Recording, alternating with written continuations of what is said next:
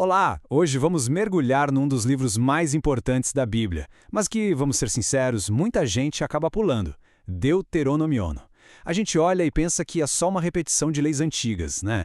Mas e se descobríssemos que, na verdade, é ali que está a chave para entender o problema mais profundo do coração humano e, mais ainda, a promessa de Deus para resolver isso? Deuteronomion é, na verdade, um chamado apaixonado à fidelidade, feito num momento super decisivo para Israel. Isso já nos joga direto na pergunta central de hoje. Se Deus já tinha entregado a lei no Monte Sinai com toda aquela grandiosidade, por que raios foi preciso uma segunda lei?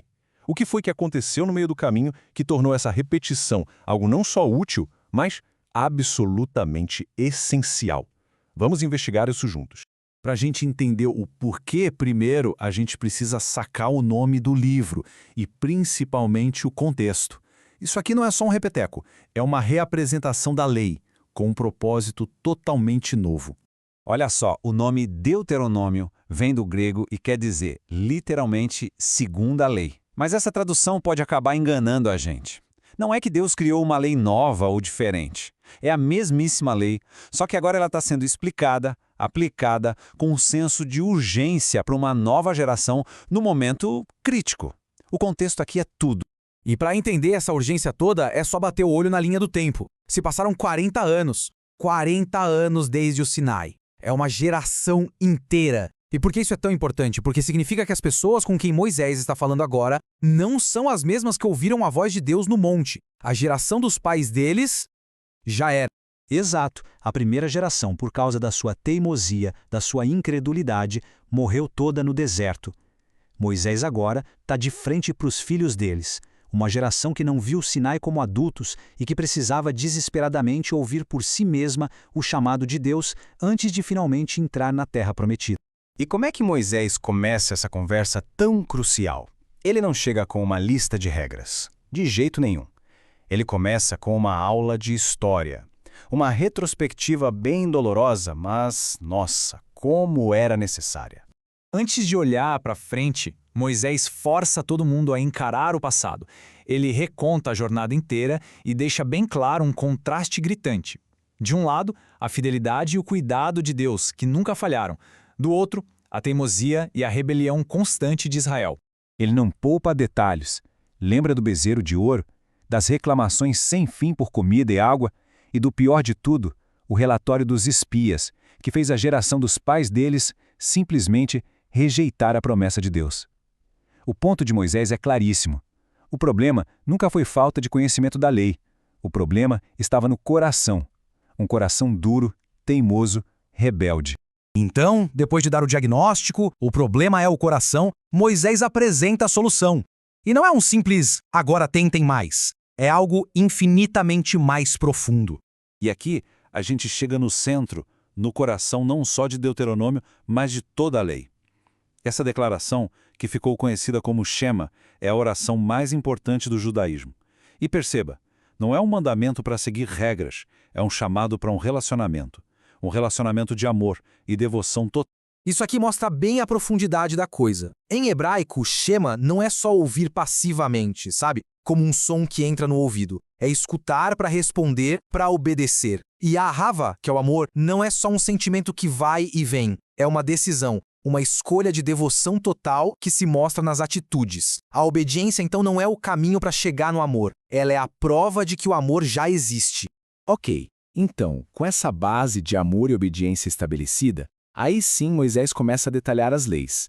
Mas o propósito delas vai muito, muito além de só manter a ordem social.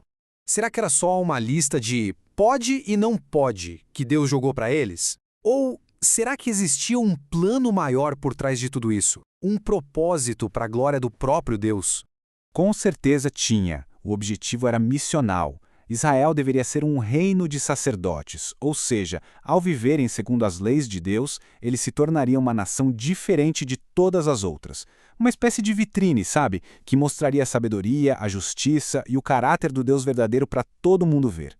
A obediência deles era uma forma de adoração e de testemunho ao mesmo tempo. E essas leis, elas cobriam absolutamente tudo, desde como adorar o único Deus verdadeiro, até como os próprios reis deveriam estar debaixo da lei, e principalmente como garantir justiça para os mais frágeis da sociedade, a viúva, o órfão, o estrangeiro. Era um projeto completo de uma sociedade que refletisse a justiça e a santidade de Deus em cada detalhe do dia a dia. Depois de reapresentar toda a lei, Moisés chega no ponto alto dos seus discursos. Ele coloca uma escolha gigantesca, monumental, diante do povo. Aqui não tem meio termo, não tem talvez. A aliança com Deus tem consequências reais. E Moisés joga limpo, com uma clareza que chega a assustar. A decisão que eles tomassem ali iria selar o destino deles. A escolha era simples assim. Obedecer significava vida, bênção, prosperidade, a presença de Deus com eles na terra. Desobedecer significava o contrário, maldição, devastação e, no fim das contas, ser expulso da terra. Moisés coloca a vida e a morte na frente deles e implora, como um pai, escolham a vida. Mas aí, a história dá uma virada surpreendente, quase profética. Depois de todo esse apelo, Moisés faz uma previsão bem sombria. É de partir o coração, né? Moisés, que passou 40 anos com esse povo, ele sabia que no fundo eles iam acabar escolhendo o caminho da rebelião. Ele entendeu que uma lei externa, por mais perfeita que seja, não tem poder para transformar a inclinação do coração humano que tende para o mal. Mas nem tudo estava perdido. Moisés olha lá para frente para um futuro distante e profetiza a solução definitiva. Um dia, o próprio Deus faria uma espécie de cirurgia espiritual. Ele iria circuncidar o coração deles. Ou seja, ia arrancar fora a dureza, a teimosia que impediam o amor e finalmente os capacitariam a obedecer de verdade, de dentro para fora. Essa jornada é o resumo perfeito de Deuteronômio. Primeiro, o problema, o coração duro. Depois, a solução temporária, a lei, como um guia externo. Em seguida, o fracasso, que já era esperado, a rebelião. E por fim, a esperança máxima, a promessa de que o próprio Deus, pela sua graça, criaria um novo coração. É um tema que os profetas depois iriam desenvolver e que se cumpre totalmente em Jesus Cristo. E no fim a escolha que Moisés apresentou há milhares de anos ainda ecoa hoje. Deuteronômio nos ensina que a verdadeira obediência, aquela que glorifica a Deus, só pode vir de um coração transformado. Isso nos deixa com uma pergunta para lá de profunda. Se a solução definitiva para o nosso coração rebelde vem do próprio Deus, como é que a gente, hoje, escolhe a vida?